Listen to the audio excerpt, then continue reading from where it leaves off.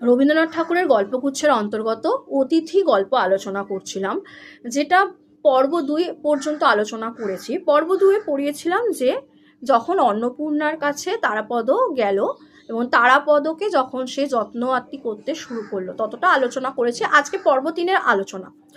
যাই হোক, নদীর উপর 2-3 দিন গেল। তারাপদ রাধাবাড়া বাজার করা হইতে নৌকা চালনা পর্যন্ত সকল কাজেই স্বেচ্ছা ও তৎপরতার সহিত যোগ দিল। সে তো প্রকৃতি, সে তো একদমই সংসারচ্যুত ছিল।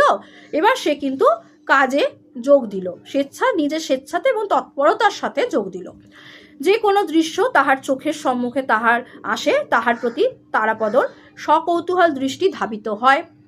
যে কোনো কাজ তাহার হাতের কাছে আসিয়া উপস্থিত হয়, তাহাতেই সে আপনি আকৃষ্ট হইয়া পড়ে।